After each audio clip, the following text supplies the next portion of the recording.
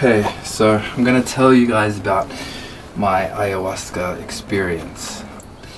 It was not what I expected. For the first 3 ceremonies that I did, I was pretty much unaffected by the medicine. I was starting to think, I came halfway around the world for nothing. I went into the 4th ceremony with no expectations.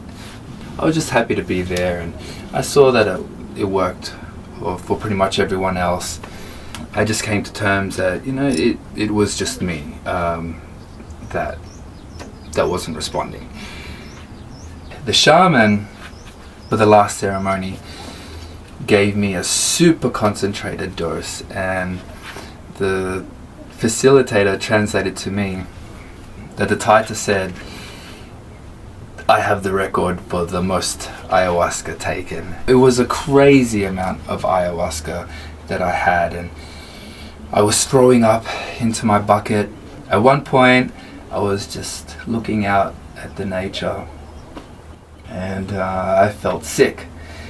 And I rushed to my bucket, and I forgot that there was already throw up in there. And I grabbed the bucket, and as I've lifted up to my face, all the vomit just splashed all over me, in my face, on my clothes, and then I ran to the bathroom and began to what others referred to as scream purging. They came to check on me, and I asked if I could go back and shower it off, and they let me go back with a companion, and I got changed, and I thought that was it. I thought it was over. I was completely sober. I figured ayahuasca didn't work for me, and I returned to the group, and it was time for the cleansing ceremony. As the Taita was blowing smoke and singing, I started to feel sick again, and I ran off to the bathroom for another round. As I was sitting in the bathroom stall, waiting for the nausea to go away, I kind of just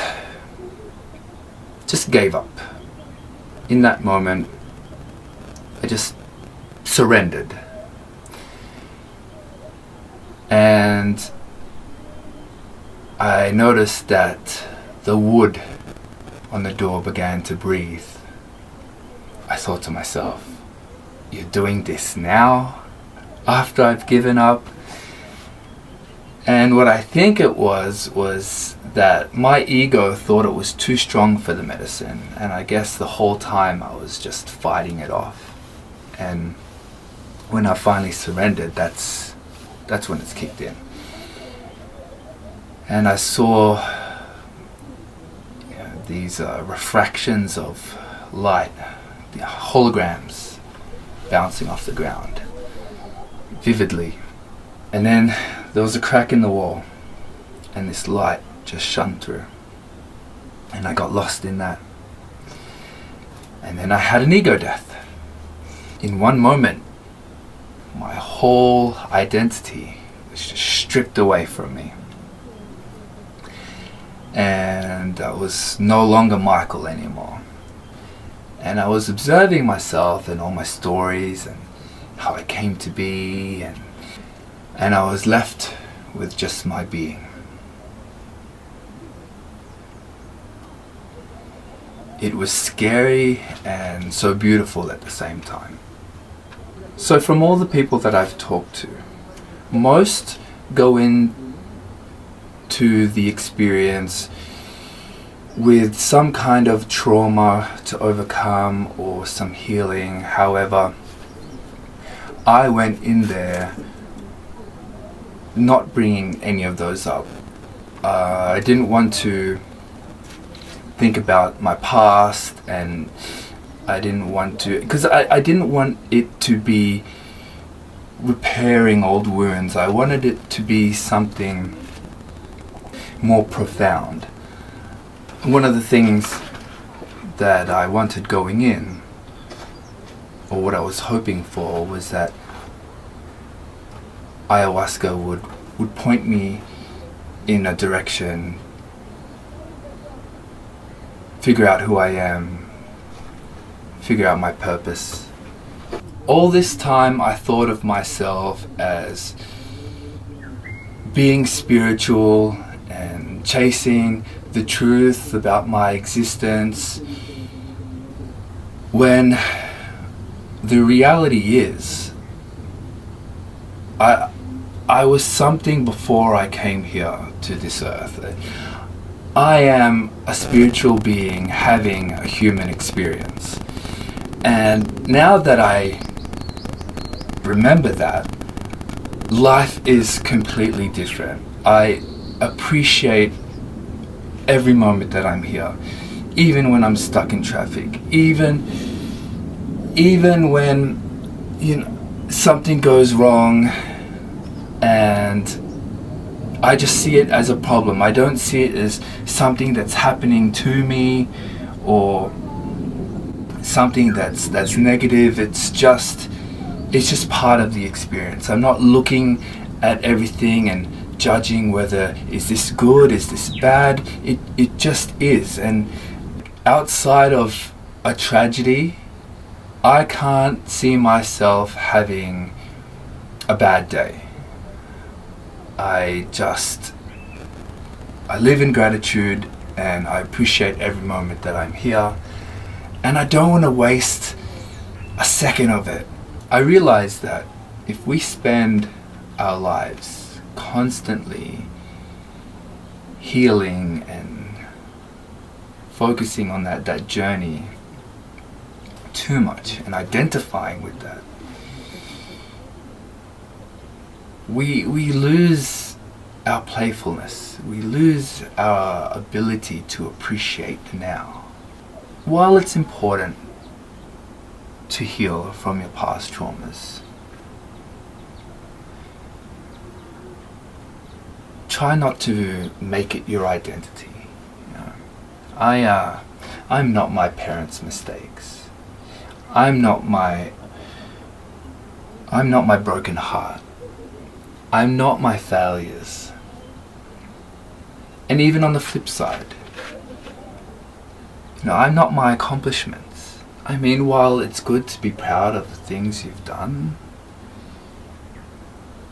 and to have goals, try to spend more time in the present.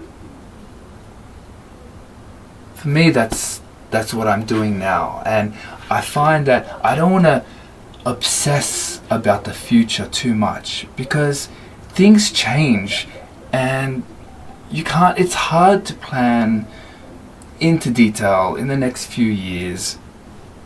Things change so quickly that it's good to have an idea of what you want and goals, and just focus on what you can do now that will lead to change in the future. I find that was the biggest thing for me, is identifying with my problems and traumas and heartbreaks and failures, and once I had that all taken from me and I'm left with the being,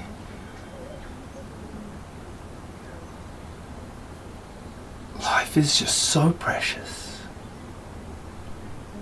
My time at La Huayra was amazing. The people that I met were just beautiful, and I loved watching and hearing everyone's journey and seeing their growth. I can't imagine just going there and doing ayahuasca and not being able to share and not being able to hear other people's stories. So that for me, it was a very integral part of the process. The story of the pot plant. My friends keep asking me, what's up with you and that pot plant? I have never ever bought a plant in my entire life. I've never had a plant. I've never cared for plants. I arrive at the pickup point and I have time to kill. There was a hardware store there, so I thought I'll go have a look around. As soon as I walk in there, I see this array of pot plants, and one particular cactus just stood out to me. And with its green stem and its round orange ball at the top, I was just immediately fascinated with it. So I bought the plant, and when I brought it onto the bus with me, someone had said, "Oh, you found a plant." And I said, "It found me." And I really believed that. People were asking me if I was going to name it, which I didn't think I would be naming a plant. But I started to think, what would suit it? And the color of this plant, this orange, it reminded me of this book I had read a long time ago, which had a bright orange cover. It was called The Alchemist. So I googled what was the main character's name, and it was Santiago. So I named the plant Santiago. I brought this little plant with me as my token for my ceremonies. The thing that I can't wrap my head around is the crazy synchronicity of it. The message was there all along. So my takeaway from this whole experience is I was searching for something that was already inside of me. I didn't have to go halfway around the world to take ayahuasca when all I had to do was look inward to find my answers. While the ayahuasca provided me the ego death, I felt that a lot of the lessons I had already read about or watched or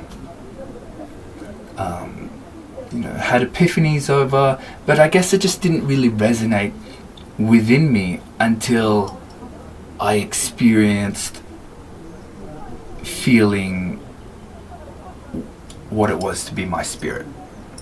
I think if I found a way to take away all the noise, I could have got there on my own. But the ayahuasca helped.